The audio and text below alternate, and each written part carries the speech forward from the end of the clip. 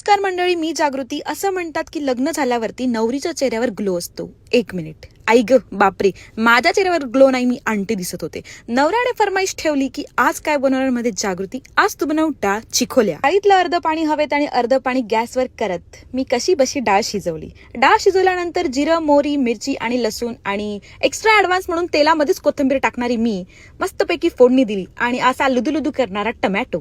त्यानंतर शिजवलेल्या डाळीला मस्तपैकी फोडणीमध्ये टाकले आणि फोडणीत टाकल्यानंतर चवीप्रमाणे मीठ टाकून घ्यायचे आणि ज्या पद्धतीने नको ती लोक आपल्या आयुष्यात ढवळाढवळ करतात, थोडंसं असायला ढळून घ्यायचं. कोण म्हणतं आयटीतल्या मुलींना स्वयंपाक येत नाही? जगातल्या सगळ्या गोल आकारांना फिकं पाडणारी ही माझी गोल चपाती तुम्ही बघू शकता इथे. अशी मस्ती झटपट लटापट जे काय असेल ते करत मी गोल गोल चपाती लाटून घेतलेली आहे. चपाती लाटल्यानंतर त्याच्या मस्तपैकी शंकरपाळ्याच्या आकारासारख्या अशा चकत्या करून घ्यायच्या. या चकत्यांना पाहून मात्र मला गणितातला पॅरलेलोग्राम आठवला. ते असू देत, पॅरलेलोग्राम नाहीतर पायथागोरस, जे काय असेल.